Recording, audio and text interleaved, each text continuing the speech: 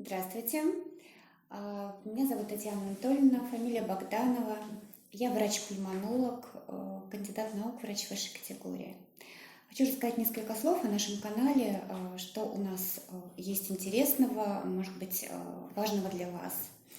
На этом канале мы будем говорить, в принципе, о пульмонологии и, в частности, о современных особенностях ведения пациента при бронхолегочной патологии.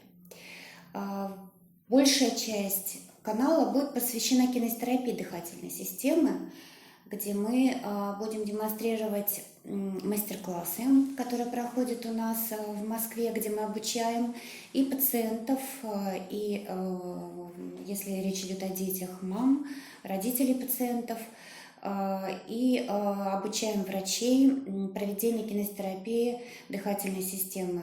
Что это такое? Несколько слов. Все вы прекрасно знаете, что в наших больницах и стационарах никто не дренирует мокроту. На самом деле очень много мануальных методик, корректирующих и грудную клетку при вздутии и эмфиземе, когда тяжело дышать.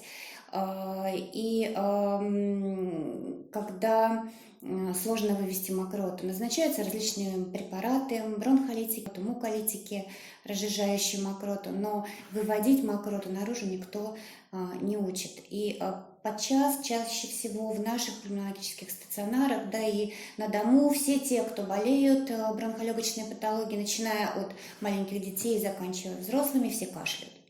Активно кашляют, и к чему может привести активный кашель, мы рассказываем на наших мастер-классах. Можно посмотреть на нашем YouTube-канале, мы обязательно выложим ролик. Можно зайти к нам в Instagram.